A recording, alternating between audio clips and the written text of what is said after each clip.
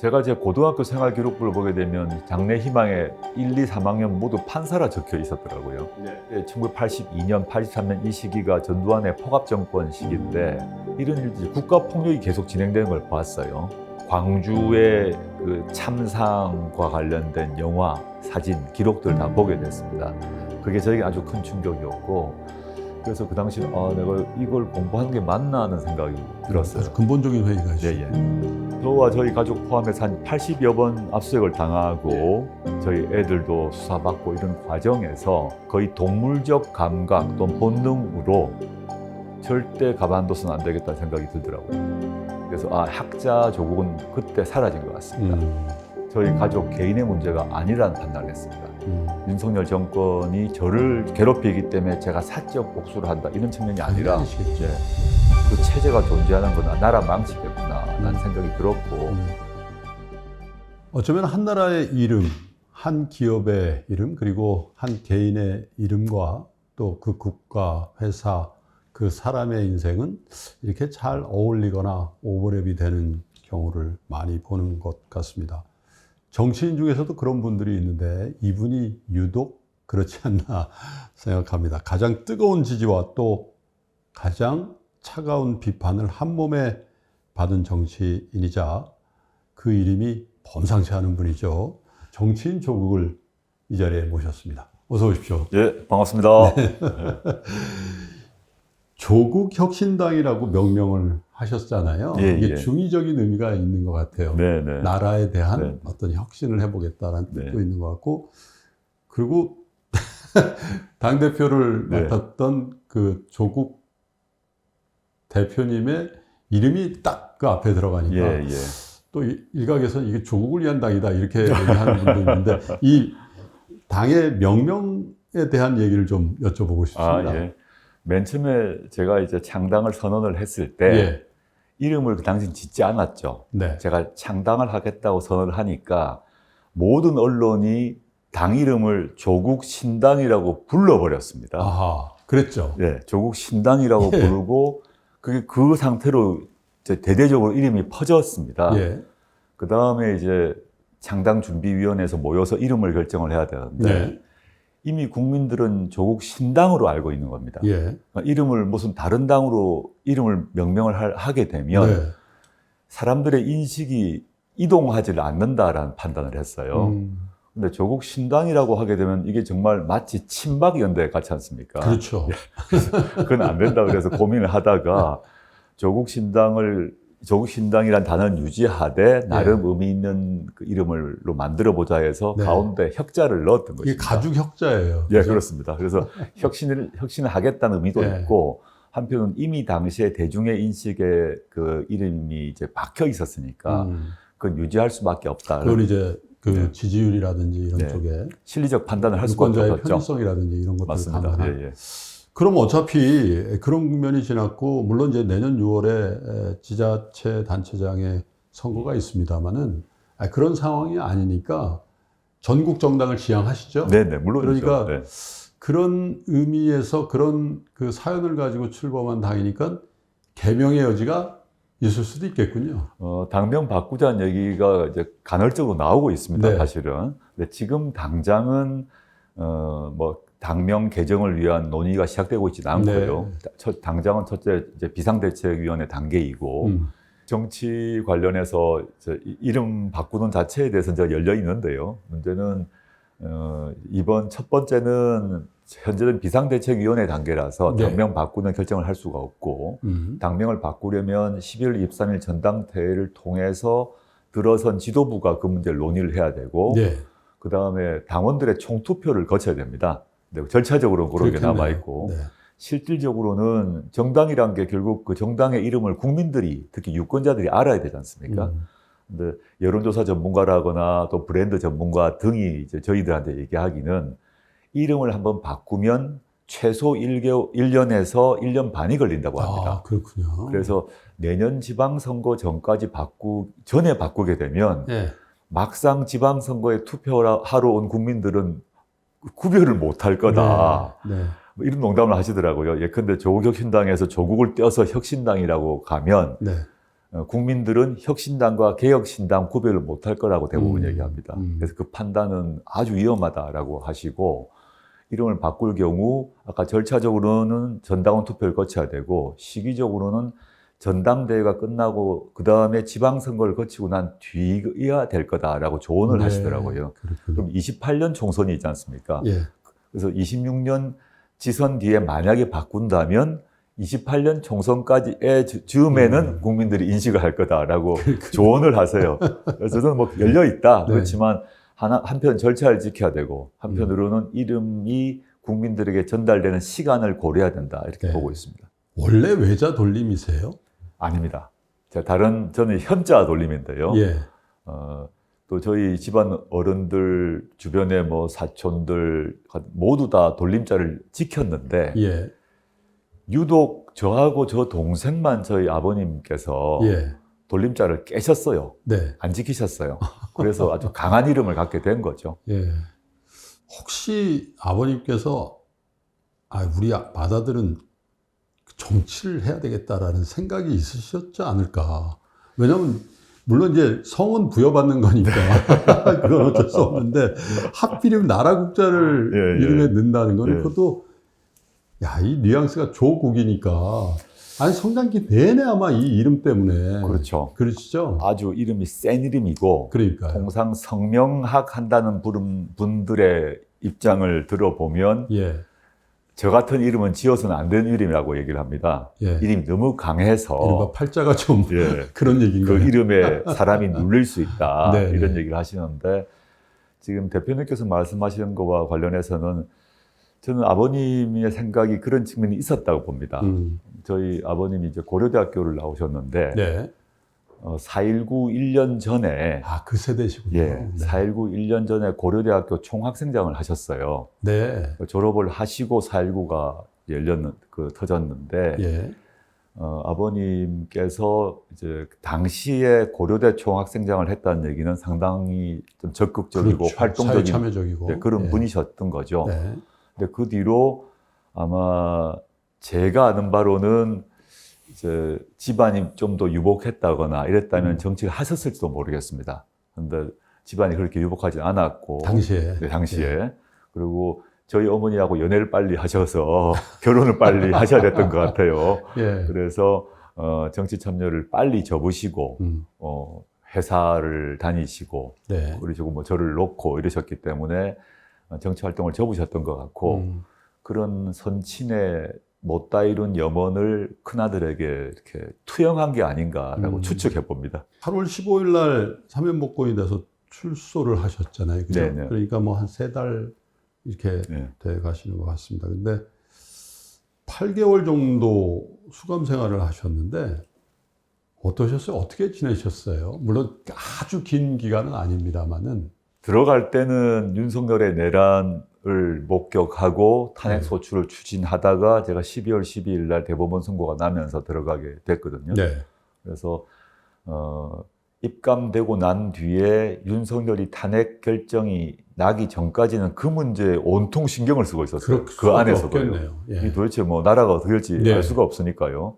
그것도 그 와중에 지기현 부장판사가 그 희한한 계산법으로 윤석열을 석방시키지 않습니까? 예. 그래서 그 안에 있었지만 바깥 상황에 대해서 아주 촉각을 이렇게 세우고 있었고요.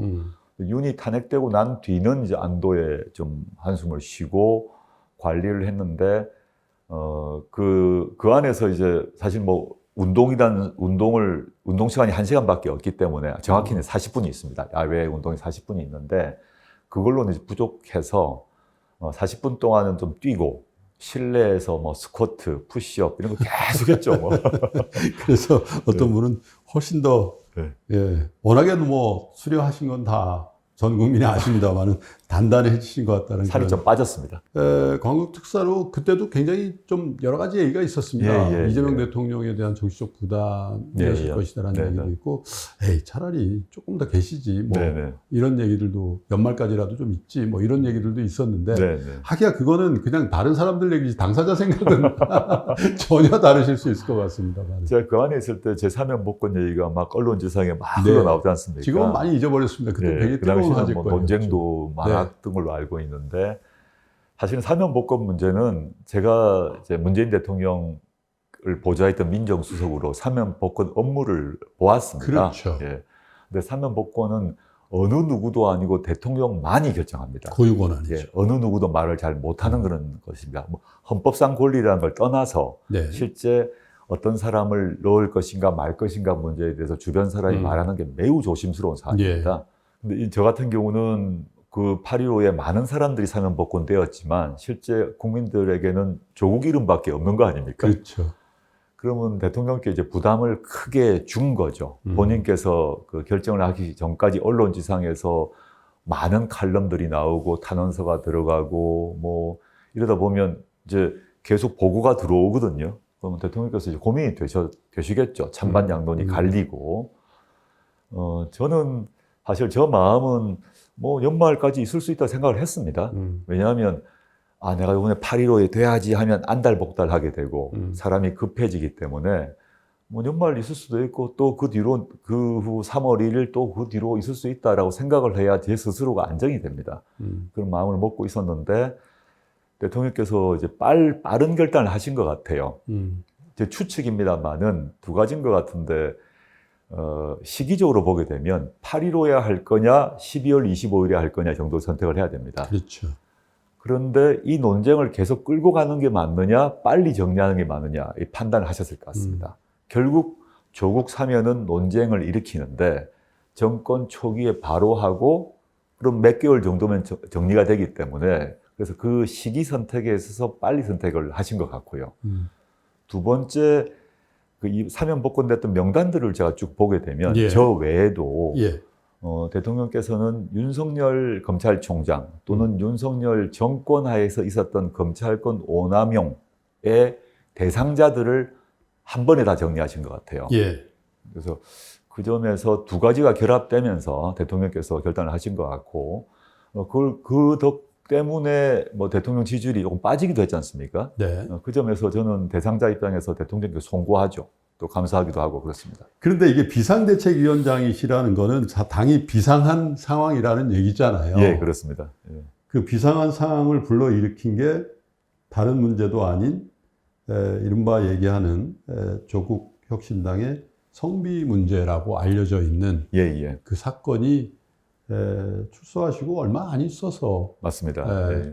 강미정 전 대변인이 사퇴 기자회견을 하면서 불거져 나왔단 말이죠. 그 이후에 2차 가해 논란도 있었고 또 공식적으로는 당직자들, 당대표를 비롯한 고위 당직자들이 총사퇴를 하는 비상한 상황이 돼서 다시 어쨌든 조국 혁신당의 조국 전 대표께서 비상 대책위원장을 하시게 됐는데 어쨌든 그 사건에 대한 대표님의 입장이라던가 국민들에게 소상히 밝히는 그런 과정도 좀 필요하지 않을까 그런 생각이 듭니다.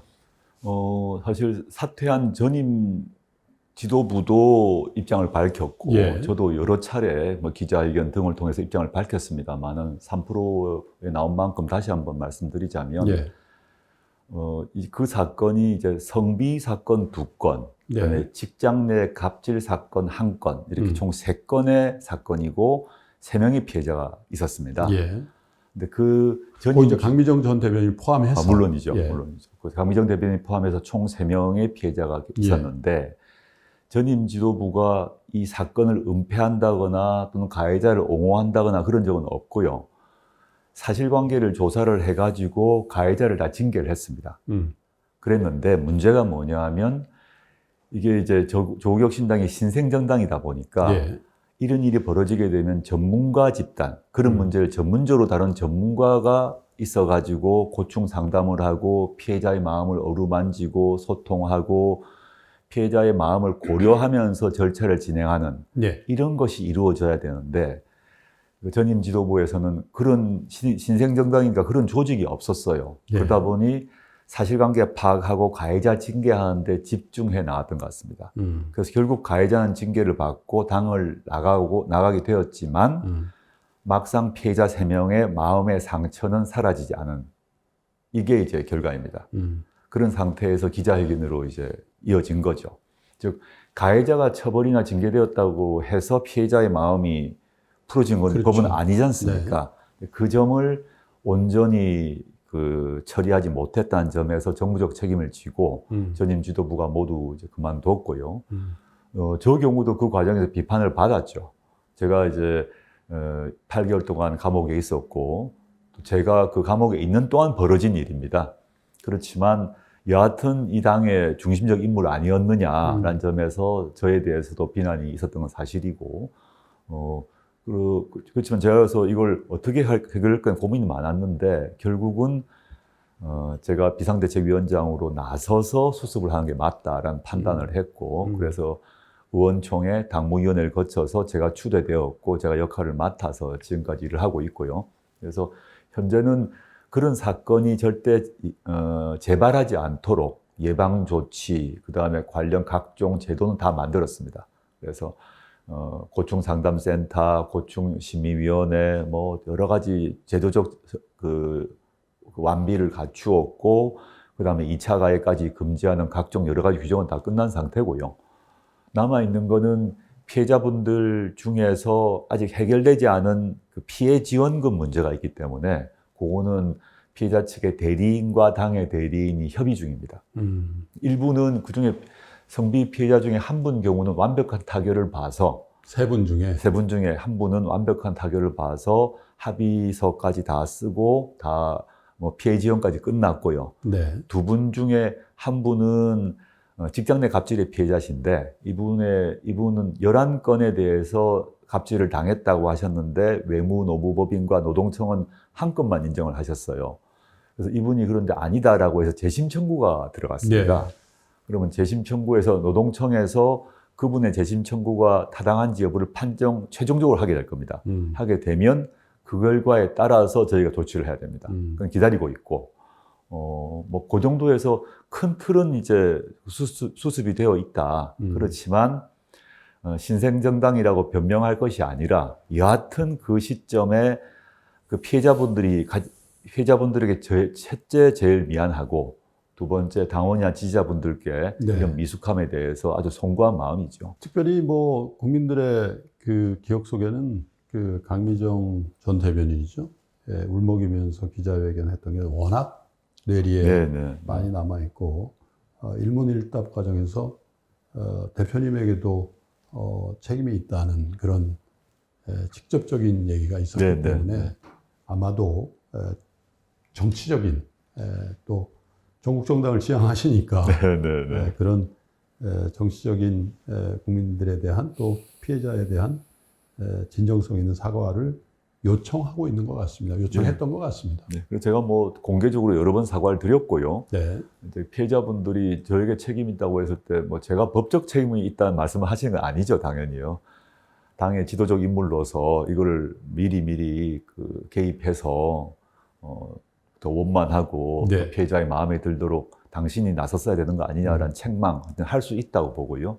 그 점에서 책임감을 느낍니다. 네. 이 건 외에도 모든 건에서 당을 관련된 일, 또 당에 의해서 일어난 일 모든 사안에 대해서 제가 무한 책임을 져야죠. 조금 한 템포, 두 템포 정도 그 처리의 과정이 좀 늦는다는 지적이 좀 있는 것 같아요. 그 사건도 그렇고. 예를 들자면 한참 과거의 얘기입니다만은 어쩌면 윤석열 당시 검찰총장과 법무부 장관 지명자의 입장이셨죠, 그죠? 지명자의 입장에서 그때 정말 이런 일, 그러니까 윤석열 당시 검찰총장이 집권해서 대통령이 되고 또 탄핵이 된다는 이 역사에 이런 현장이 있으리라고는 정말 상상하기 힘든 일이었는데 누구 알았겠습니까? 우리 기억 속에는 많이 이제 사라져가고 있습니다만은 그때는 윤석열이라는 사람이 엄청난 국민적인 스타였습니다. 그렇죠. 정말 그렇습니다. 이 정의의 사도처럼 그렇게 여겨졌고 어떻게 우리 국민들이 그런 오해를 했는지도 참 모를 정도의 그런 시기가 있었는데 아이러니하게도 그게 민정수석으로서 윤석열 검찰총장을 검증하고 추천한 분이시란 말이에요. 그리고 검찰총장을 지휘해야 되는 법무부 장관 후보가 되셔서 두 사람 간에 그런 논쟁거리를 제공하셨고 그래서 이제 윤석열 정부가 탄생했다라는 그런 뭐랄까 너무너무 복잡한 심경이시겠어요. 이제 뭐 그건 뭐 저만이 아니라 예. 그 윤석열 검찰총장을 임명한 문재인 대통령께서는 더 말할 나위 없이 마음이 괴로우실 네, 거라고 보는 그런 거예요. 말씀하셨죠. 네, 예, 후회스럽다고. 하셨고 네. 저도 마찬가지 마음이고요. 일단 변명 같습니다만은 그 대표께서 말씀하신 것처럼 당시 그 시점에 윤석열은 영웅이었습니다. 국민들 전체에게 영웅이었고 당시 집권당이었던 민주당에서도 다 박수를 쳤고 네. 사실 윤석열 총장에 대한 그 청문회에서 지금 국민의힘 쪽 정치인이 공격을 하고 그렇죠. 민주당 정치인들 국회의원들이 다 방어를 했습니다. 저도 그 기억이 납니다. 네. 지금과 전혀 반대의 상황인데 예. 그 당시는 민주당 국회의원들이 다 윤석열을 옹호하고 방어하는 그런 상황이었다. 그리고 또 많이 잊혀져 있지만 지금 우리 이재명 대통령께서 윤석열 검찰권 오남용의 최대 피해자 중에 한 명인데 네. 얼마나 고통스러우셨겠어요. 본인과 가족이 윤석열에 의해서 정말 진짜 온갖 수사를 받고 기소를 됐는데 그렇죠. 이재명 대통령께서도 과거 대통령 후보 시절에 KBS와 인터뷰에서 당신의 1호 대선 공약이 뭐냐라고 질문을 하니까 그 당시 이재명 후보께서 윤석열을 검찰총장으로 임명하겠다 하셨어요. 그러니까 정말 모든 게 그 상황이 그런 상황이었다는 겁니다. 네. 문재인 대통령도 이재명 후보도 민주당의 정치인들도 그런 상황이었고 그런 상황이 이제 국민들도 물론 네. 그런 인식을 갖고 있는 전제 하에서 저는 이제 민정수석으로서 검증을 했죠. 검증을 했는데 문제가 이제 발견되었죠.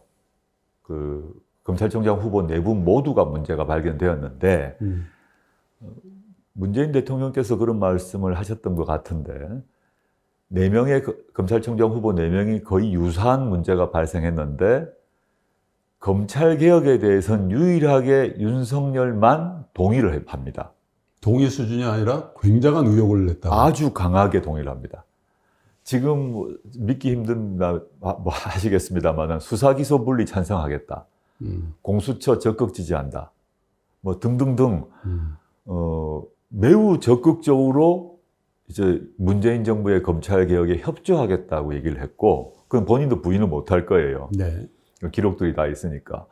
그래서 보고서를 민정수석이 이제 올리지 않습니까? 올리면 서류상으로 보게 되면 가장 개혁적인 검사가 되어 있었어요. 물론 뭐 제가 그 뒤를 꿰뚫는 통찰력이 없었다고 생각을 합니다. 근데 그 시점에 모두가 좀 찜찜하면서도 검찰개혁을 추진하는 관점에서 검찰총장 후보가 그래도 검찰개혁에 동의하는 분이 돼야 되지 않느냐라는 판단을 그 당시에 문재인 대통령을 포함한 집권 지도부가 집권 세력이 한 것이죠. 근데 그게 완전히 반대 상황으로 전개되었던 것은 정말 이건 고통스러운 역설입니다. 민정수석이라는 자리가요, 우리 국민들은 어쩌면 잘 모르실 수도 있지만, 고위공직자에 대한 검증 혹은 또 그 이후에 임명 과정에서 굉장히 중요한 역할을 하고, 예. 근데 지금 최강욱 전 의원의 증언에 의하면 4명의 검증 보고서 중에 유독 윤석열 검찰총장 그때 당시 후보자의 파일이 가장 두꺼웠고 네. 빨간 줄이 네. 가장 많았다라고 확연히 드러날 정도로 예. 그럼에도 불구하고 검찰개혁에 적극적이었다는 그것 때문에 이제 임명이 된 건데 글쎄요. 그래도 기본적인 검증 그리고 특별히 배우자의 건에 대한 것은 분명히 스크린이 됐어야 되지 않나라는 생각이 듭니다. 이제 뭐 그 보고서는 제가 최강욱 당시 공직기관 비서관으로부터 직접 받았던 보고서고 제가 예. 본 보고서죠. 네. 그 내용을 하나하나 설명하는 거는 이제 그러니까요. 뭐 위법이라고 할 수 있고요. 이미 국가기록물로 들어가 있기 때문에 나중에 공개될 내용이라고 봅니다. 이제 이렇게 말씀드릴 수 있는데 윤석열에 대해서 우리가 그 시점에 검증 보고서를 쓸 경우 압수수색을 할 수 있는 게 아닙니다. 네. 그 압수수색을 해가지고 증거를 확보해 쓰는 게 아니라 압수수색이나 수사가 없는 상태에서 정보 보고를 통해서 쓰는 것입니다. 네. 검증. 그러니까 그게 정확하진 않아요, 사실은. 지금 드러난 각종 그 윤석열, 김건희 부부의 비리가 그 안에 다 들어있지는 않았습니다. 네. 왜냐하면 수사기관이 아니기 때문에 오히려 문제는 이제 그 당시에도 윤석열의 개인 캐릭터의 문제점, 그 다음에 인성의 문제점 등은 기록되어 있었어요. 이 사람이 매우 성격적으로나 뭐 인품에 있어서나 품성에 있어서 여러 가지 문제가 있다. 음주로 인한 모소란 뭐 이런 것도 네, 있었겠죠. 네. 그리고 검찰주의자다. 뭐 이런 게 있었는데 그런 것들을 계속 검증해 나가는 과정이 있는데 이 사람은 한편으로는 국민적 스타가 돼서 국정농단 수사를 하고 있고 그리고 다른 한편으로는 자기가 검찰이지만 또 검찰주의자이지만 검찰개혁에 동의한다고 네. 공언을 했기 때문에 당시 판단에서 그 후자를 더 믿어준 것이죠. 어떻게 보면 정치적인 선택이었다고도 할 수 있겠네요. 저는 그 점이 강했다고 봅니다. 그렇게 해서 검찰총장에 임명이 됐고 얼마 안 지나서 이제 대표님이 이제 법무부 장관으로 지명을 받게 되는데 그걸 이제 윤석열 당시 검찰총장이 강하게 반발하면서 사퇴 카드도 내밀고 또 여러 가지 국민들의 이목을 집중시키면서 말씀하신 바대로 굉장한 인기를 네. 받게 되고 어쩌면 그때 갖게 된 세인들의 인기와 또 인기로 인한 보이지 않는 권력이 대통령의 꿈을 갖게 하고 대통령이 되게 네네. 한 것 같습니다. 그래서 당시에 어차피 법무장을 못 하시게 됐었으니까 아쉬움이 있었던 게 조금 빨리 동반 사퇴라던가 왜냐하면 지난 2년 넘는 기간 동안에 윤석열 정부 기간 동안에 엄청난 국가적인 손실이 있고 솔직히 이 탄핵이라는 게요. 우리가 두 번 이렇게 경험을 합니다만은 탄핵으로 인한 국민들의 상처 같은 것들이 굉장히 많고 그걸 또 봉합하는 데 있어서 굉장히 국가적인 비용을 써야 되는 거 아닙니까? 좋은 대통령을 뽑으면 그런 일이 없었을 텐데, 그죠? 그나마 우리 국민들의 정말 시민의식이 개엄을 맞고 탄핵을 하게 되는 데까지 온 게 다행입니다만은 그래서 그런 생각이 많이 들기도 했습니다. 아마 본인은 더 그런 생각을 많이 하셨을 것 같습니다. 저는 이제 장관 임명되고 35일 장관을 했어요. 네. 왜 그 시점에 이제 뭐 빨리 내려왔어야 되느냐 또는 더 갔어야 되느냐 입장이 갈렸습니다, 당시에. 당시에 기억을 하시면 서초동에 거대한 촛불 십자가가 만들어졌지 않습니까? 아주 뭐 수십만 명의 군중들이 모여서 국민들이 오셔가지고 검찰개혁을 외치셨거든요.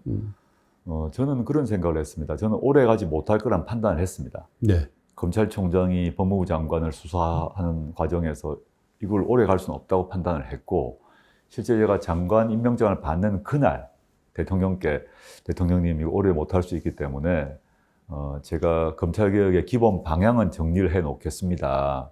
그렇지만 후임자 마련하시는 게 좋겠습니다. 당일날 얘기를 했어요. 그러셨군요. 네. 임명장 받는 당일에 따로 집무실 가서 말씀드렸거든요. 이제 이 당시 시점엔 제가 역적이고 윤석열이 중심이었어요. 당시 시점에는.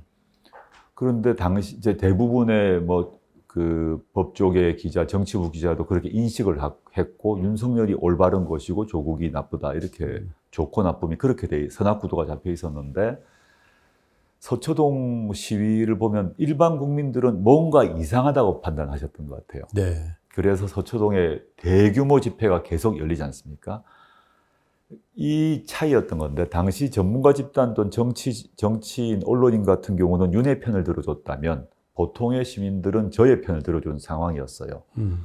이런 상황이 계속되었을 때 저의 판단은 저는 사실 계속 수사를 받으면서 장관을 해야 되니까 아주 힘들었어요. 힘들었지만 제가 장관을 그만두더라도 검찰개혁의 기본 방향에 대해서는 문서화하고 발표하고 난 뒤에 그만둬야겠다는 결심을 했습니다. 그래서 압수수색 당하면서도 끝까지 버텼어요.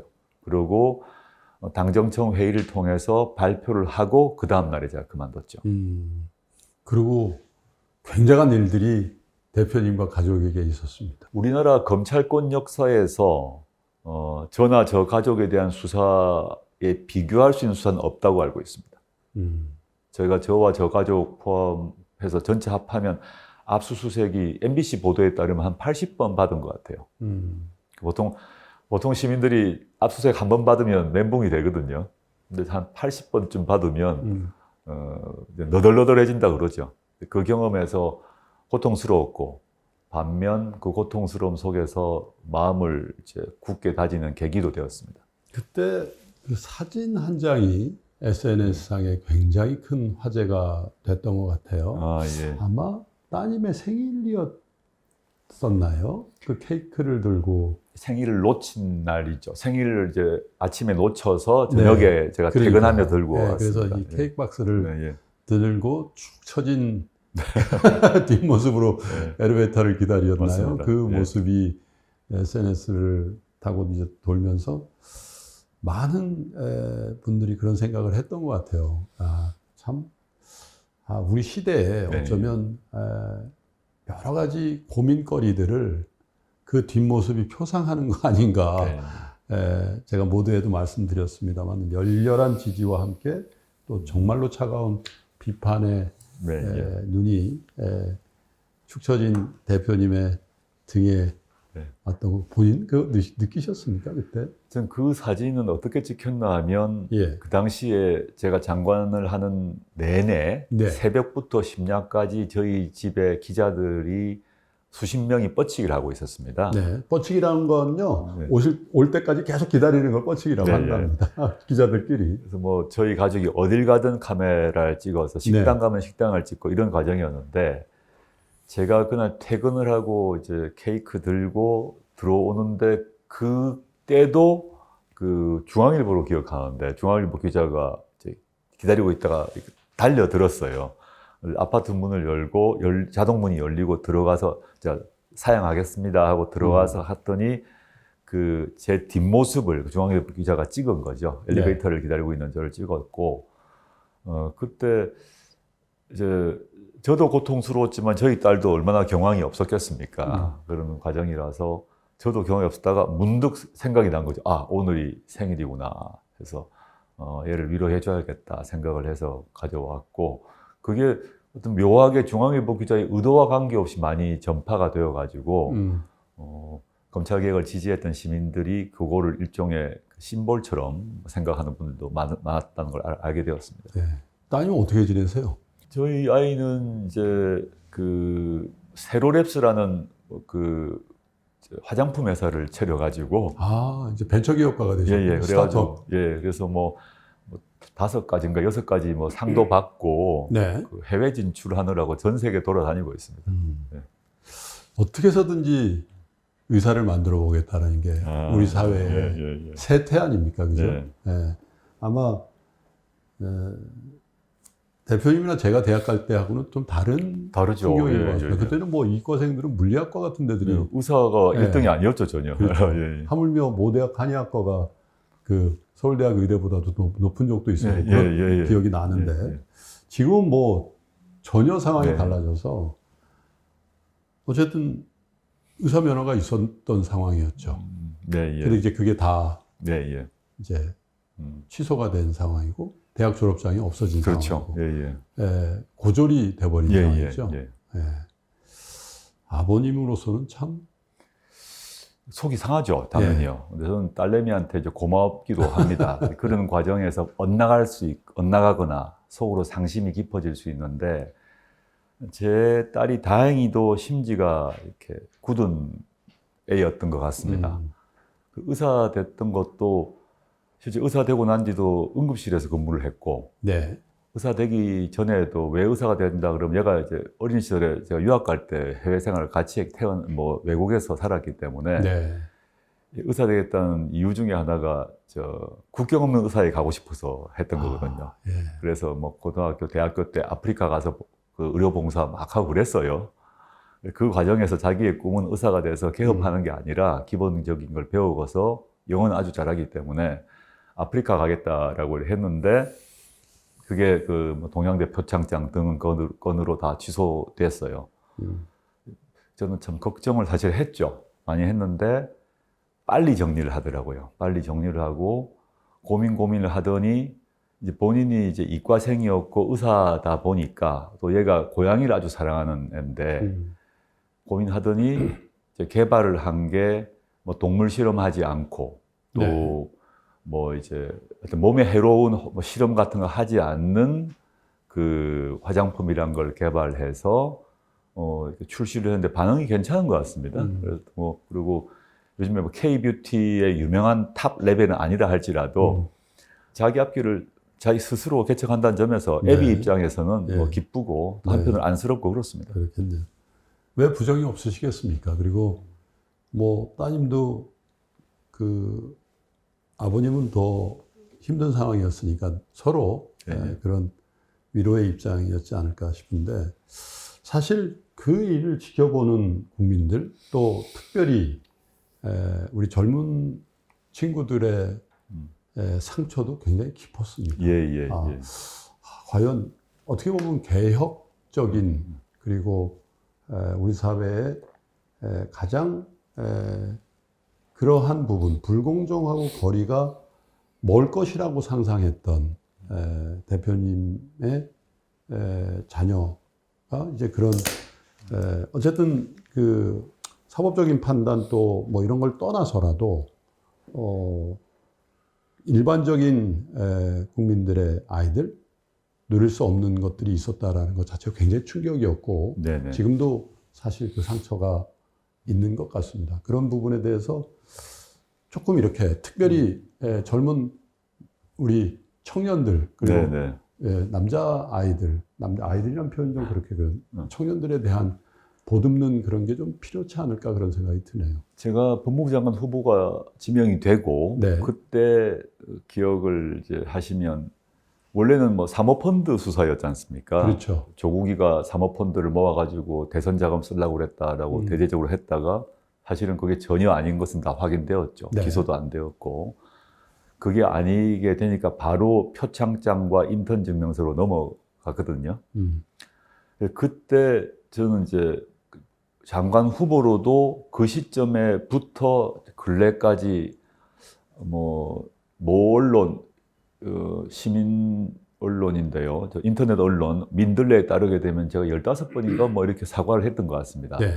요지는 그 문제의 동양대 표창장, 인턴 증명서에 대해서 뭐 진위 논쟁이 있습니다만 그걸 떠나서 부모가 자식에게 그 부모와 관련된 네트워크 속에서 인턴 기회를 주고 또 표창장 또는 인턴 증명서를 발급한 것에 대해서 제가 계속 사과를 해왔습니다.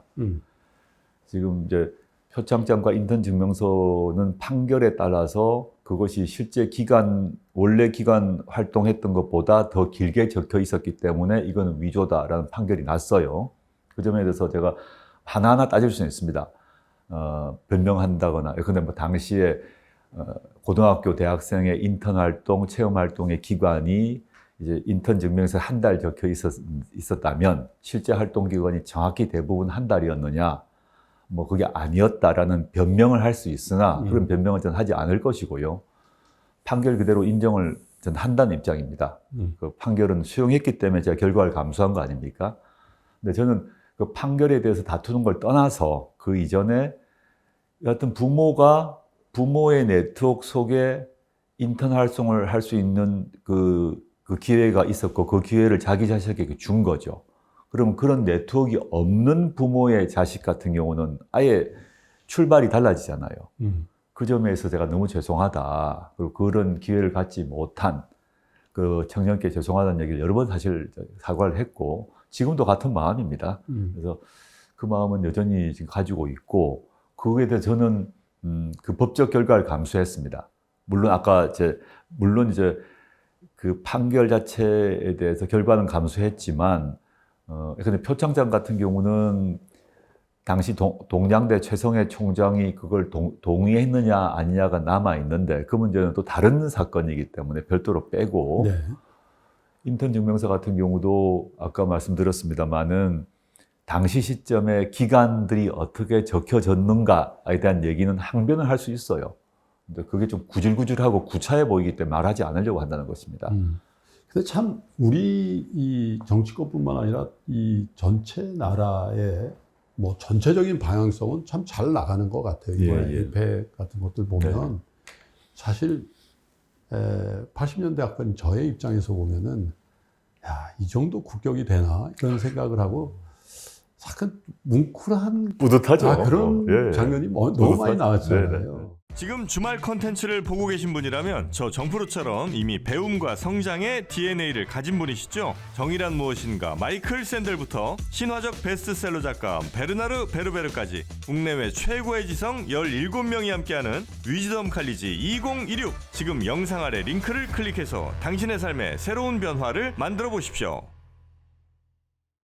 특별히 뭐 시진핑 국가주석한테 이거 통신보안 되냐 이런 농담을 한다는 게 그죠? 백도 체크하라고 그 농담을 또 받더라고요. 그리고 트럼프 대통령하고도 마찬가지예요. 그리고 그 핵잠수함 얘기를 그렇게 모두 발언해서 던질 줄이야 누가 알았겠습니까? 저는 이제 그 장면을 보면서 이건 타결되는구나 이런 생각을 직감적으로 하기도 했는데 그럼에도 불구하고 뭐 어느 집안이나 회사나 나라나 다 마찬가지입니다. 걱정거리들이 있는데 사실 우리 사회의 가장 큰 걱정거리라면 잘 못 지내는 것 같아요. 노장 간에도 잘 못 지내고 지역은 오래 전부터 또 진짜 진보 보수인지도 잘 모르겠는데 어쨌든 진보 보수로 나눠서 그 싸움이 훨씬 더 격렬해지는 것 같고 저는 그 중에서도 어찌 보면 가장 심각한 게 남녀 간의 이런 갈등이 특히 청년 세대의 갈등이 굉장히 큰 걱정거리라고 봅니다. 나라의 미래인 청년들이 이 개인 대 개인으로 굉장히 사이좋게 지내는데 집단과 집단으로는 매우 불화하고 있는 게 우리 전체 사회나 나라를 위해서는 참 어려운 문제고 빨리 역설적으로 해결해야 될 문제라고 보는데 젊은 남성층의 보수화 이걸 걱정하는 분들이 많습니다. 그래서 아마 정치인으로서도 이것은 조국 대표님의 숙제기도 하고 그분들과 진정으로 화해하고 포용하고 또 그분들과 좋은 커뮤니케이션을 하는 게 중요할 것 같은데 어떤 생각을 갖고 계십니까? 제가 이제 뭐 올해 여러 번 얘기를 공개적으로 했던 것인데요. 여러 연세대학교 연구소의 조사 또는 각종 다른 언론 기관들의 여론조사 등을 통해서 보게 되면 우리나라 2030 남성의 일부가 극우화되어 있다라고 되어 있습니다. 제 주장이 아니라 대학교 연구 보고서 그다음에 여론조사 기관에 나와 있습니다. 전 첫째, 2030 남성의 일부가 극우화되어 있다는 그 자체에 대한 책임은 2030 남성 일부에게만 있을 뿐만 아니라 기성세대에 있다고 저는 생각하고 있습니다. 왜 그렇게 됐을까? 이제 대표님께서 말씀하셨습니다만은 지금 여론조사를 보게 되면 2030 남성과 2030 여성의 간극이 아주 심하지 않습니까? 2030 여성들이 좀 많이 진보적이라면 2030 남성은 오히려 보수화 심지어 극우화되어 있는 상황까지 나타나고 2030 남성의 정치 지향이 지금 70대하고 동조화되어 있단 말이죠.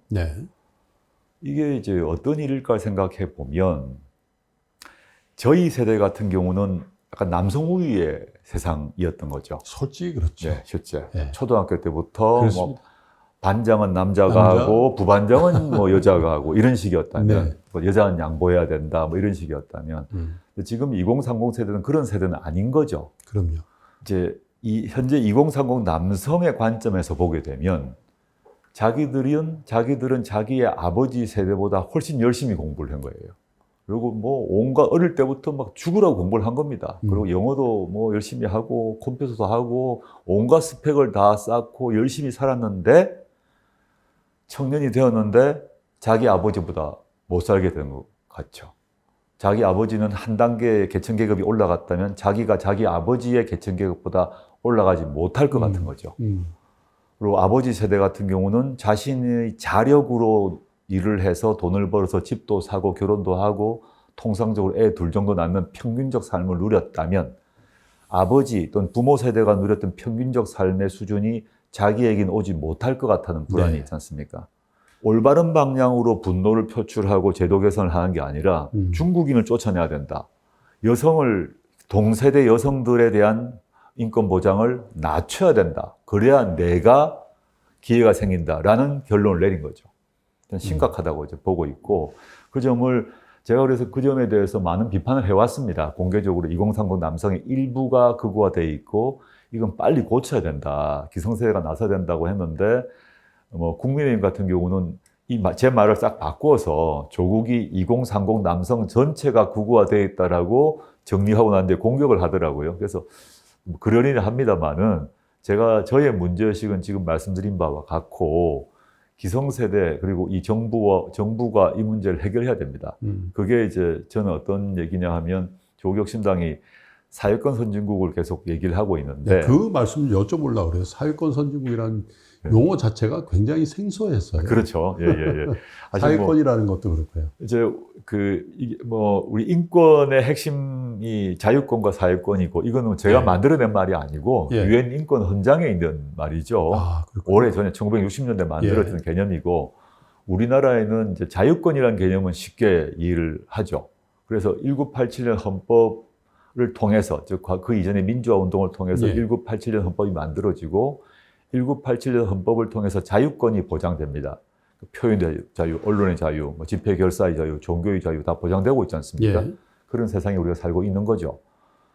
근데 선진국은 자유권 말고 사회권을 보장해야 선진국이라고 그냥 유엔 헌장에 되어 있습니다. 저희 주장만이 아니라. 그러면 우리 지금 대표님께서도 사회권이란 말이 뭐지? 라고 그렇게 질문 던지기 너무 당연한 게 사회권이라는 단어를 우리나라 교과서에서 가르친 적이 없죠. 좀 제가 풀어서 설명을 하자면 이제 우리가 집이다 그러면 우리나라 사람들은 지금까지 집은 내가 돈을 벌어서 내가 월세, 전세 또는 구매를 해야 되는 거라고 생각합니다. 그래서 집을 재벌 한 3세, 4세 아니고서야 다 자신의 노동을 통해서 집을 확보하는 거 아닙니까? 다 그렇게 살았고 저희 세대도 그렇고 지금 이제 저희보다 젊은 청년 세대도 마찬가지 생각 아니겠습니까? 그러면 지금 청년들이 대략 300만 원 번다고 가정을 하면 300만 원 중에 주거로 대략 저는 100이 나갈 거라고 봅니다. 그 나머지 100은 그냥 먹는 거 생활비 오락 쓰고 100을 저금할 수 있을까? 대략 거칠게. 보통 지금 30대 직장인의 자신의 시장 임금의 3분의 1이 주거로 들어간다고 생각하고 애를 놓으면 돌봄 비용이 또 3분의 1 확 들어가겠죠. 그런데 우리가 선진국이라고 하고 있고 하는 나라, 예를 들어서 오스트리아 빈이나 또 싱가포르 같은 경우를 보게 되면 거기에 사람들은 아무도 집 걱정을 하지 않습니다. 왜냐하면 양질의 공공임대주택을 이제 혼자 사는 경우, 둘 사는 경우, 셋 사는 경우에 따라 스튜디오, 방 2칸, 방 3칸의 공공임대주택이 대규모로 있기 때문에 그리고 자기만이 아니라 다음 세대도 보장이 되는 거거든요. 그 나라에서는 집 걱정을 아무도 안 하는 거죠. 그 월세를 가벼운 가격으로 월세를 평생 내면 죽을 때까지 사니까요. 또 자기 아이도 살 수 있으니까요.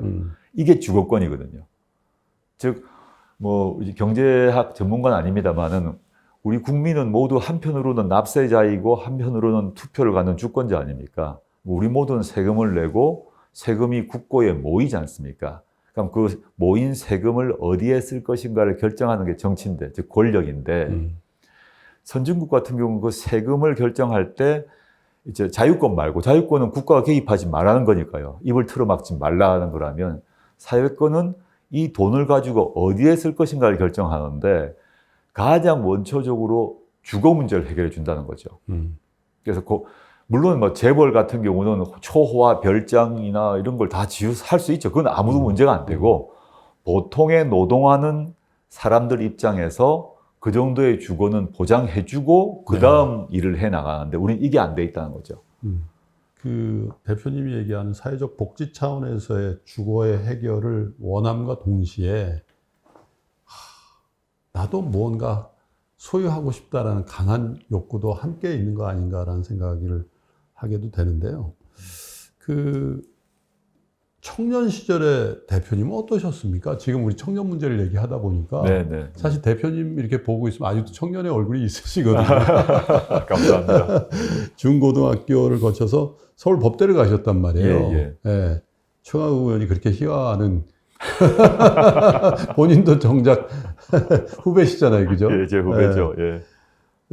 통상적으로는 그 우리 사회에서 얘기하는 엘리트 코스라고 하는 거죠. 예, 당시로는 서울법대가 지금 학부에 법대가 없습니다만은 예, 예. 압도적인 그죠? 문과생들의 선망의 학교인데 통상은 서울법대를 가면 법조인, 네. 즉 검사, 판사 이걸 생각을 많이 하는 게 대부분이죠. 과거에도 그랬고 지금도 부모님도 그랬겠죠. 그런 기대를 가졌던 예. 것 같고. 제가 제 고등학교 생활 기록부를 보게 되면 장래 희망에 1, 2, 3학년 모두 판사라 적혀 있었더라고요. 네.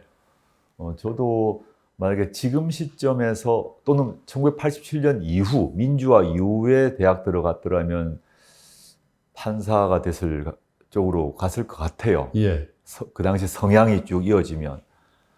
그리고 실제 대학교를 들어와서 저도 대부분 다 이제 법대에 들어오니까 법조인 돼야겠다 생각하고 법학 수업을 듣지 않습니까? 그렇죠. 그래서 법학 수업이란 게 사법고시 과목이기도 하고 네. 저도 공부를 당연히 했죠. 그게 통상적인 코스였는데 제가 이제 바꾸게 된 여러 가지 계기가 있는데 한편으로는 이제 당장은 당시에 1982년, 83년 이 시기가 전두환의 포갑정권 시기인데 대학 캠퍼스 안에 항상 경찰이 깔려 있고 82년도에 들어가셨죠. 예. 네. 백골단이라고 그래서 이제 폭력적 진압을 하는 전담 그 무술 유단자 경찰들인데 그렇죠. 프락치라는 게 있었고. 와서 막 학생들 때리고 뭐 이런 일들이 국가 폭력이 계속 진행되는 걸 봤어요. 그리고 이제 늦게 광주의 그 참상과 관련된 영화, 사진, 기록들을 다 보게 됐습니다. 네. 그게 저에게 아주 컸던 충격이었죠. 거죠. 아주 큰 충격이었고 그래서 그 당시는 내가 이걸 공부하는 게 맞나 하는 생각이 들었어요. 아주 근본적인 회의가 있었죠. 예. 그 전까지 제가 이제 모범생이었죠. 그러셨을 것 같아요. 예, 모범생이었고 뭐 공부 잘하고 뭐 이제 뭐 경상도 출신의 남성의 공부 잘한다 그러면 전형적인 갖고 있는 그런 모습이 있지 않습니까? 네. 그걸 갖고 있었다고 보는데 근데 그 대학교 때 그런 모습에 충격이 들어서 충격을 받고 방향을 전환해서 이제 당시에 이제 법과대학 편집실이라는 일종의 운동권 서클에 들어가고 그 속에서 법학이 아닌 공부를 하게 되고 4년 동안 뭐 매번 여름 방학에는 농촌 활동 가고 겨울 방학에는 빈민 활동하고 이러면서 4년을 보내는 거죠. 그러니까 그 고시 공부를 할 수가 없었고 초기에는 해야겠다 생각하다가 확 바뀌게 됐습니다. 그러다가 이제 87년이 이제 그 87년 대항쟁이 왔고 참여를 하게 됐고 그러다가 다시 그때는 이미 나이가 들어버린 거죠. 그래서 다시 고시 공부를 하는 친구도 있었습니다만은 저는 그 길이 아닌 것 같아 생각해서 대학원 석사 박사 과정을 밟게 되었습니다. 82학년 학번이 유명한 분이 많으시죠, 정치권에. 저를 포함해서 별난 사람이 많죠. 원희룡 장관도. 원희룡 장관이 저 입학할 때 수석 입학했고요. 나경원 의원도 있고. 나경원 제 동기고요. 예. 지금 논란이 또 덜 알려졌지만 최상목 그 부총리. 거기 법대 출신이시죠. 예, 제 동기인데 그 친구는 수석 졸업했죠. 이제 원희룡이 수석 입학, 최상목이 수석 졸업했고. 네. 저는 뭐 거기에 끼진 못했고요. 네. 학교 다닐 때는 이렇게 교우 관계가 좀 있으셨어요? 뭐 아니면 뭐 사회 나오셔도? 특별히 나쁘진 않았습니다. 그 친구들하고 나쁘진 않았는데 이제 머리 다 크고 정치적으로 행보가 완전히 달라졌기 때문에 네. 교류가 있을 수는 없고요. 지금 국민의힘 원내대표하는 송원석도 제 동기죠.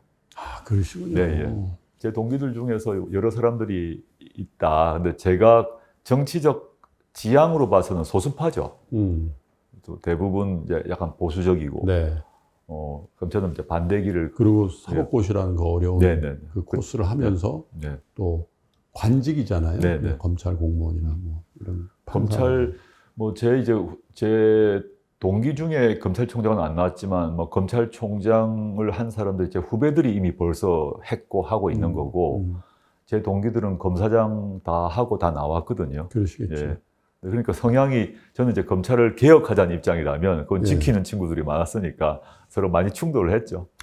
그래서 직업 정치인으로서 조국 대표님이 잘 안 어울리신다. 예, 그냥 예. 학자를 하시거나 진짜 고등학교 때 꿈처럼 예, 예. 판사를 하셨다면 예. 대법관을 하시고 좋은 명판사가 되셨을 텐데 예, 예. 어쩌자고 이 진흙판 같은 정치권에 들어오셔가지고 이렇게 고생을 하시나 이런 굉장히 그 대표님을 좋아하는 분들의 걱정이 좀 있으시더라고요. 예, 또 뭐, 희망도 네, 크지만 네. 저는 그런 말씀 감사하게 생각을 하고요. 네. 저도 아주 개인적으로는 윤석열 검찰이 저와 저희 가족을 도둑되지 않았더라면 학교에 있었겠죠. 그런데 그 과거 검찰 수사의 어떤 경우에도 네. 가족 전체에 대한 이런 수사를 한 적은 저는 없는 걸로 알고 있습니다. 대부분 이제 가족 중에 한 명만 이렇게 하고 구속하거나 기소하면 나머지를 가볍게 풀어주는 게 물론 군사정부 시절에는 네, 검찰권이나 뭐 이 공권력을 해서 네. 그 후배시지만 박종철 그건 뭐 죽인 경우죠. 이런 그거는 경우가 뭐 그런 걸 논외로 하고 그래, 그런 뭐 고문치사 이런 경우는 빼고요. 네, 네. 정상적인 경우를 전제로 하면 예컨대 뭐 이명박 대통령에 대한 수사를 할 때 그 돈이 아들과 그 부인에게 들어간 게 확인됩니다. 그렇지만 이명박 대통령만 하고 나머지를 정리를 합니다. 그게 불문율 같은 예, 거죠. 불문율처럼 어느 사건이든 간에 그렇게 합니다. 그리고 네. 또 이제 뭐 이른바 저명인사 정치인 아니라고 하더라도 그냥 보통 서민의 가정을 수사를 할 때도 사업가를 수사를 할 때도 그 가장 또는 한 사람을 정리를 합니다. 제 근데 치사한 방법을 전개했던 게 전 윤이라고 알고 있는데 다른 가족을 동시에 털면서 자백을 압박하는 이런 기법들을 특수부가 많이 썼거든요. 근데 그건 일부 써왔어요. 그렇지만 이거는 정도가 아니었습니다. 얘기가 긴데 이제 요컨대 아까 제가 저와 저희 가족 포함해서 한 80여 번 압수수색을 당하고 예. 그리고 뭐 저희 애들도 수사받고 이런 과정에서 제 스스로도 결심을 했지만 이제 머릿속으로 뭐 결심을 하고 생각을 하는 문제가 아니라 거의 동물적 감각 또는 본능으로 절대 가만둬서는 안 되겠다는 생각이 들더라고요. 그래서 학자 조국은 그때 사라진 것 같습니다. 이제 평온하게 있었으면 아마 학자로서 교수로서 또 다른 뭐 이렇게 평온한 삶을 살았던 것 같은데 그런 경험을 하고 난 뒤에 좀 표현이 이제 뭐 과장되게 들릴지 모르겠습니다만은 이 배꼽 밑에서부터 치밀어 오르는 게 있었죠. 그래서 이건 이대로 살 수는 없다라는 생각을 했고 그래서 다들 무모하다고 얘기했던 창당을 결심한 거 아닙니까? 당시 이제 정치한다고 다 정치라고 권했습니다, 저보고. 지금 여당의 영입 그런 얘기가 많이 나왔었죠. 예. 당장 제가 사적으로 존경하는 박지원 의원님 같은 경우도 계속 정치하라고 권하셨어요. 근데 그분의 정치하라는 의미는 무소속으로 출마해서 당선되고 난 뒤에 민주당에 입당하라 이런 말씀이셨는데 저는 그렇게는 하지 않겠다고. 그러니까 아주 무모한 결정을 한 거 아닙니까? 제가 저에 대해서 좋아하는 분도 있지만 저를 매우 싫어하는 분도 있고 장점과 단점이 동시에 존재하는 그런 논쟁적 인물이었는데 네. 지금은 제가 이제 정치인이지만 그 시점에는 정치인이 될지 또 정치인으로 성공을 할지 아무도 모르는 상황이었지 않습니까? 근데 제가 그때 그런 결단을 했는데 저는 그런 뭐 유시민 장관이 어떤 책에서 그런 표현을 썼는데 그 표현을 빌자면 네. 그 시점에는 일종의 야수적 본능이 생겼던 것 같아요. 그래서 이거는 그냥 넘어갈 수가 없다라고 제가 결심을 했고 이 문제가 저와 저희 가족 개인의 문제가 아니라는 판단을 했습니다. 윤석열 정권이 저를 괴롭히기 때문에 제가 사적 복수를 한다 이런 측면이 아니라 아니시겠죠. 예, 네.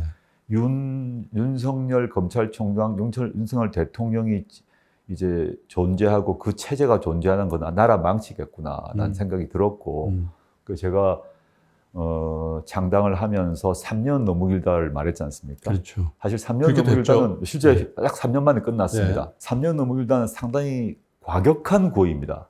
5년 임기를 줄이겠다는 얘기 아닙니까? 헌정 중단을 하겠다는 얘기죠. 굳이 나쁘게 뭐 공격을 하는 사람들이. 근데 저는 이제 논리적으로 이성적으로 뭐 이렇게 계산한 것도 있지만 그 이전에 이 정권을 빨리 끝내지 않으면, 즉 윤석열 정권을 빨리 끝내지 않으면 내 개인이 아니라 나라가 절단 나겠구나라는 판단을 해서 그런 야수적 결단을 한 겁니다. 그 야수적 결단이 총선에서는 성공을 했고요. 네. 물론 지금 또 저나 조국혁신당이 지금 여러 가지 부족함이 많아서 정체된 상태이죠. 다시 한번 전당대회 이후에 또 새롭게 이렇게 세워야 하지만 그 시점에는 그런 결단 속에서 이제 제가 정치를 하게 되었다라는 말씀드리겠습니다. 그 정체라는 표현을 하셨습니다만은 물론 강 전 대변인 그 사건이라든지 그런 것들이 당의 이미지를 조금 훼손시켰고 많이 훼손시켰고 그러면서 지지율이 빠진 부분도 있겠습니다만은 지금 대표님께서 말씀하신 윤석열 정권이 스스로 몰락했고 또 국민들이 그런 저력을 보여주셨기 때문에 그러면 조국혁신당이 왜? 그 다음은 뭔데? 네. 윤석열 없잖아. 네, 네. 이런 생각들도 그 정체에 네. 굉장히 중요한 요인이 아닌가. 그러면 국민들이 원하는 거는 그런 비상시국에 대한 강한 투사적인 야수적 본능으로 싸우는 그런 조국 대표 또 조국 혁신당이 아니라 정말로 우리나라를 대한민국을 이끌 수 있는 리더로서 어떠한 차별점, 어떠한 비전, 어떠한 스킨십을 보여줄 것인가를 요청하고 있는 거 아닌가. 네, 물론입니다. 그런 생각이 좀 듭니다. 네, 뭐 너무 전적으로 맞는 말씀이고요. 지금 조국혁신당의 정체는 단순히 최근 발생한 성비 사건은 근본적 원인이 아니라고 봅니다. 네. 그건 제가 뭐 다른 여러 자리에서 뭐 표명한 바 있는데요. 이제 윤석열 정권이 없어졌지 않습니까? 또 윤석열, 김건희는 감옥 갔지 않습니까? 조국혁신당이 창당 시기에 어떤 주장을 했던 간에 네. 많은 시민들은 조국혁신당은 윤석열, 김건희 정권 끝내는 정권인데 끝냈네? 그러면 조국혁신당은 이제 별도의 또는 독자적 효능은 뭐지? 라는 질문에 대해서 저희가 답을 아직 못했던 것이죠. 네. 게다가 윤석열 정권이 끝나고 이재명 정부가 들어섰는데 이재명 대통령이 잘하고 계세요. 매우 잘하고 계세요. 네. 뭐 내치, 외치 모두에서.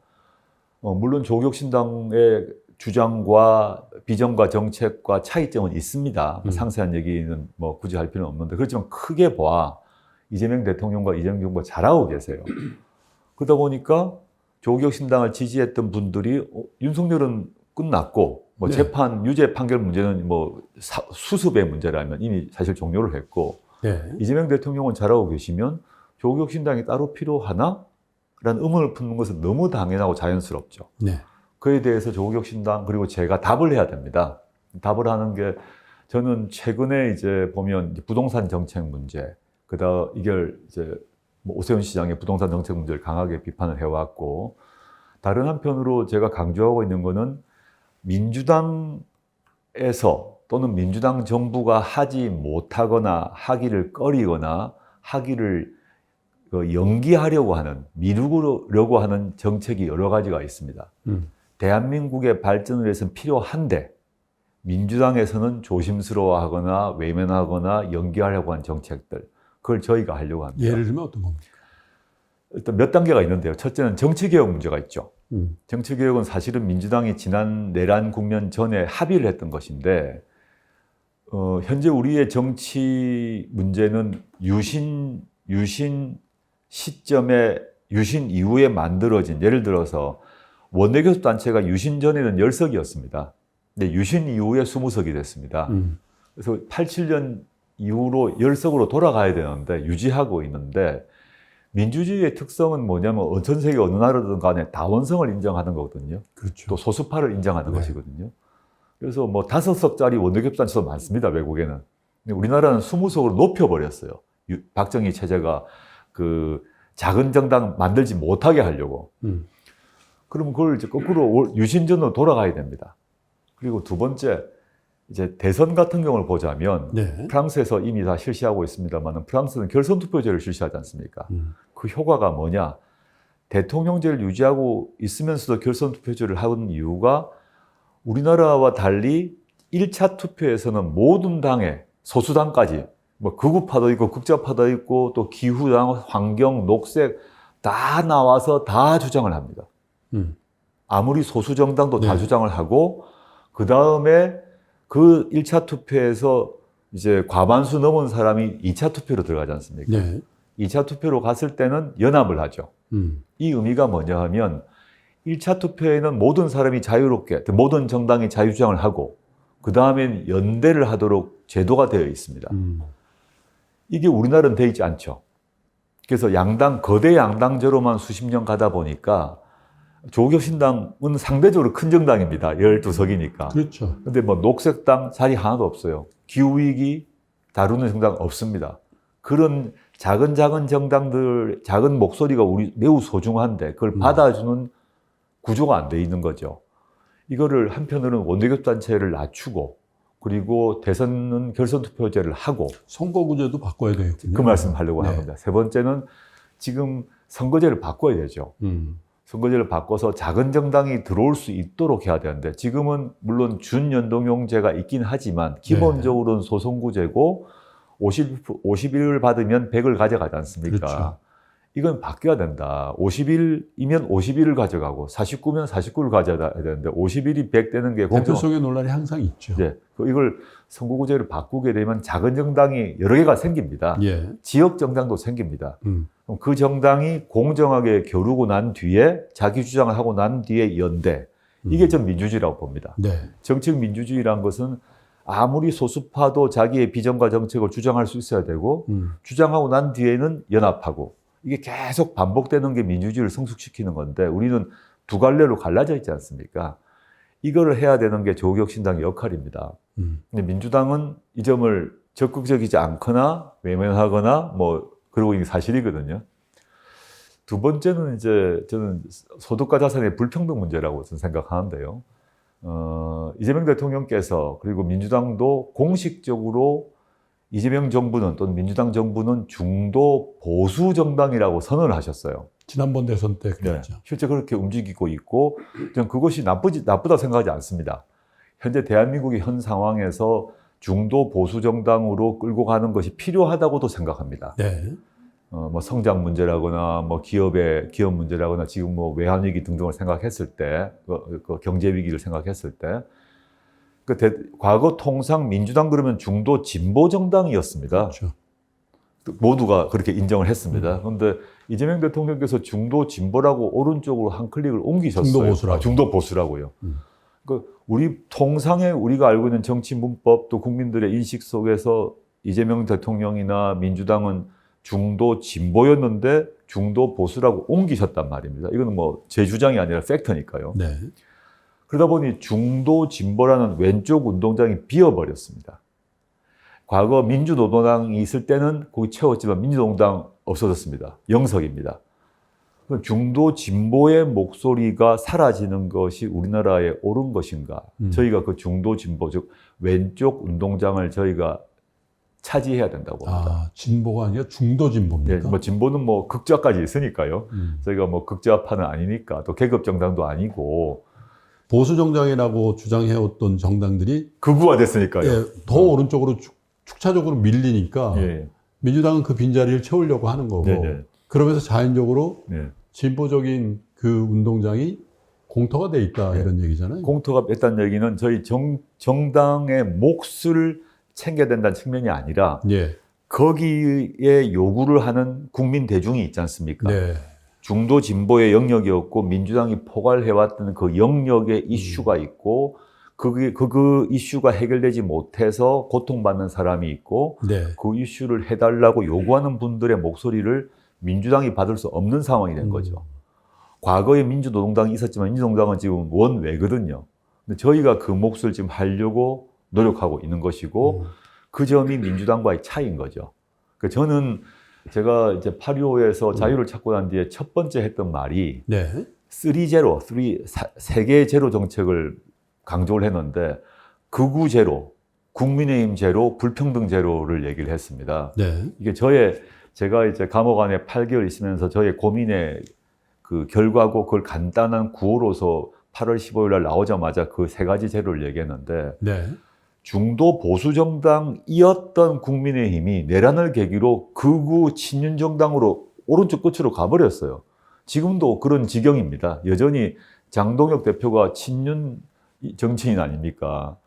이 국민의힘이 가니까 당연히 민주당도 오른쪽으로 옮겼어요. 여기가 비어버린 상황. 거기에 존재하는 국민의 목소리가 실종될 수 있단 말이죠. 그렇죠. 그 목소리를 저희가 반영해야 되고, 그걸 반영하지 않게 되면 저는 대한민국의 정치 지형도 사회 통합도 어렵다고 봅니다. 과거 민주당이 여기를 대변하고 국민의힘은 중도 보수를 대변했다면 지금은 정치 지형이 바뀌었다. 내란을 계기로 가장 큰 변화가 뭐냐. 국민의힘은 과거 극우도 있었어요. 그 안에. 일부 극우가 있었지만 과거 거꾸로 올라가게 되면 김영삼, 이명박 등을 거치면서 중도 보수가 오히려 중심을 잡았어요. 근데 윤석열을 계기로 국민의힘은 극우가 중심을 잡는, 그리고 중도 보수가 주변화된 정당으로 바뀌었습니다. 이게 그래서 내란을 계기로 우리나라 정치 지형에 급격한 변화가 일어났다라는 걸 전제로 조국혁신당의 독자적 역할이 생겼고, 지금은 저희가 이제 미비하죠. 그렇지만 이 급격한 변화를 국민들에게 알리고 왼쪽 운동장의 필요성, 또 왼쪽 운동장을 뛰고 있는 선수들을 대변하는 정당이 되겠다는 걸 저희가 알리고 그 왼쪽 운동장을 뛰고 계신 분들과 저희가 손을 잡고 함께 해야죠. 윤석열 정부를 몰아내야 되겠다라는 그런 그 시대의 의식을 뛰어넘는 무언가에 국민들은 기대가 있는 것 같은데, 그럼에도 불구하고 조국 대표님께 더 큰 비전, 그러니까 여전히 더불어민주당이 이동했기 때문에, 물론 그분들의 목소리가 소중하지 않다는 얘기가 아니라 전체를 아우르는 뭔가 그런 큰 정치인으로서의 기대, 비전, 이러한 요청도 인식하고 계시죠? 물론이죠. 지금 근래 나온 여러 여론조사를 보게 되면 참 묘한 느낌을 받는데요. 네. 조국혁신당의 지지율은 3에서 5% 상태에서 벗어나지 못하고 있습니다. 예. 근데 저 개인에 대한 지지도는 상당히 높은 상태로 유지되고 있지 않습니까? 이게 뭐 제가 잘난 체 하는 게 아니라 이 괴리가 저희 입장에서는 심각한 일입니다. 그래서 한편으로는 조국혁신당의 지지율을 높이기 위해 노력을 할 것이고요. 두 번째, 지금 말씀하신 것인데, 여론조사상으로 조국혁신당은 훨씬 적은 정당이고 지지율도 낮은데 저 개인에 대한 지지도가 왜 높을까? 일반 국민들 또는 조국혁신당 당원이 아닌 분들이 저를 지지하는 이유가 있지 않겠습니까? 또 민주당 지지층도 저를 또 지지를 많이 한다는 게 또 확인되고요.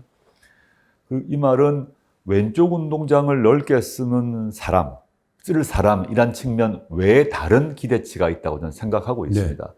그거는 제가 이제 뭐 저 개인의 스타일에 대한 뭐 호감 또는 비호감 이런 문제가 아니라 조국이 해야 될 역할을 왼쪽 운동장을 쓰는 사람 더하기 알파가 있다라고 보거나 기대하시는 것이겠죠. 너무 감사한 마음이고요. 근데 그걸 이루기 위해서는 첫째, 제가 지금 이재명 정부가 앞으로 5년 가지 않습니까? 앞으로 5년은 이재명의 시간입니다. 저는 이재명 정부는 반드시 성공해야 된다고 봅니다. 이재명 대통령 개인을 위해서뿐만 아니라 이재명 정부가 성공을 해야 대한민국이 성공으로 한다고 좀 보고 있거든요. 그래서 이재명의 시간이라는 것을 저는 뭐 여러 번 외쳐왔는데, 그 속에서 제가 해야 될 일은, 저는 지금 조국의 시간이 아닌 거죠.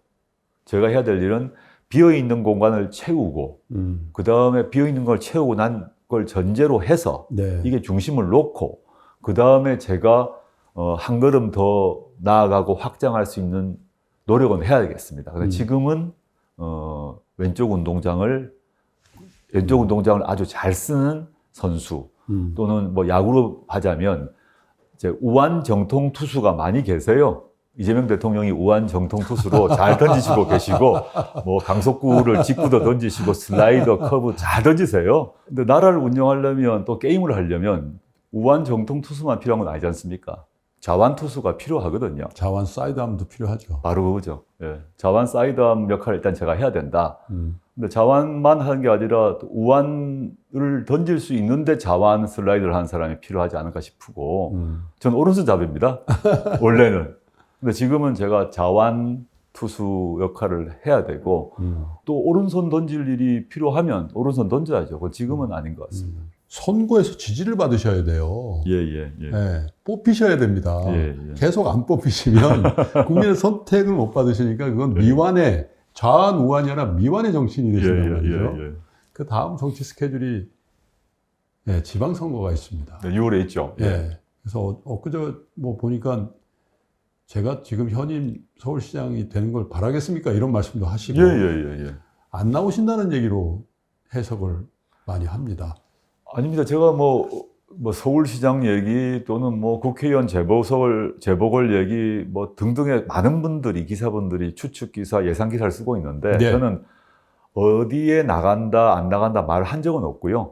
전 지금 이제 내년 뭐 봄 정도 되면 결단을 한다. 지금은 제가 당 수습을 해야 됩니다. 그리고 저 개인보다도 당대표가 제가 된다면 전국의 기초의원들, 지방선거 후보들이 많지 않습니까? 또 기초단체장 후보들. 상황을 점검하고 당의 대표가 되면 그 정당의 지도자로서 그분들을 챙겨야 되죠. 전국 상황을 점검하고 그다음에 6월 선거에서 제가 어떤 선택을 해야 저에게 그리고 저희 당에 도움이 될 것인가를 이제 결정을 해야죠. 근데 지금은 아닌 것 같습니다. 저는 어디든지 갈 수 있다. 피할 생각은 없다는 점 다시 한번 이재명의 말씀드립니다. 시간이라는 표현도 하셨습니다만은 더불어민주당에서 탄생한 이재명 대통령이니까 다가오는 가장 큰 정치 이벤트인 지방선거에서 더불어민주당의 정책적 연대가 가능하다라는 그런 뜻으로 들어도 되겠습니까? 저는 지난번 총선에서 공식적 연대는 없었습니다만 저희가 스스로 지민 비조를 했지 않습니까? 물론 민주당은 별도의 위성정당을 만들었습니다. 그 민주당의 위성정당과 저희 당이 경쟁을 해서 저희가 좀 더 많이 얻은 셈이죠. 근데 내년 6월 선거에서 저는 민주당과 연대해야 된다고 봅니다. 연대를 하려면 논의를 해야겠죠. 근데 아직까지는 그런 얘기는 없다. 저희는 특히 이제 광역 경우에 있어서는 근데 서울시장 같은 경우는 정말 몇 프로 차로 이기고 질 것인데 정치 구도 지형도상 결코 중도 보수라고 지향합니다만은 진보라고 분류돼 있는 더불어민주당이 그다지 유리하지 않다라는 그런 분석들이 많이 있습니다. 현재 여론조사상으로는 민주당 후보가 쉽게 이기지 못할 거라고 보고 있지 않습니까? 그러면 그 경우 이제 저는 민주당과 조국혁신당이 연대할 필요가 높아진다고 보고요. 그렇지 않은 뭐 기초의원 이런 경우에 있어서는 뭐 저는 연대의 문제가 아니라 경쟁을 해야 될 경우가 많을 것이다라고 생각하고 있습니다. 실제로 최근에 벌어진 어디였죠? 그 전남 담양에서 실제로 조국혁신당 후보가 이기기도 했어요. 지금 지난 6월 담양 선거에서 당시에 담양의 조국혁신당 당원이 뭐 5, 60명밖에 안 된 걸로 알고 있습니다. 그러겠죠. 근데 민주당은 뭐 몇천 명인가 몇만 명 된 걸로 알고 있습니다. 그런데 조국혁신당 정철웅 군수가 당선됐거든요. 그 이유가 뭘까를 생각해 봐야 된다고 봅니다. 조직세에 있어서는 저희가 압도적으로 밀립니다. 근데 호남에서 또는 경북도 마찬가지인데요. 호남이나 경북에서는 특정 정당이 오랫동안 일당 지배를 해왔지 않습니까? 일당 지배가 단순히 행정부만이 아니라 지방의회를 지배해왔습니다. 지방의회와 지방행정부를 특정 당이 지배한 지역이 있죠. 여러 가지 이유로. 그러다 보니까 어떤 일이 벌어지냐 하면 원래 지방의회는 지방행정부를 견제해야 되는데 다 같은 당인 거예요. 선후배고 뭐 형아온 거죠. 유착이 발생해가지고 비리가 발생하고 뭐 압수수색 받고 감옥 가고 이게 지금 계속 발생해 왔습니다.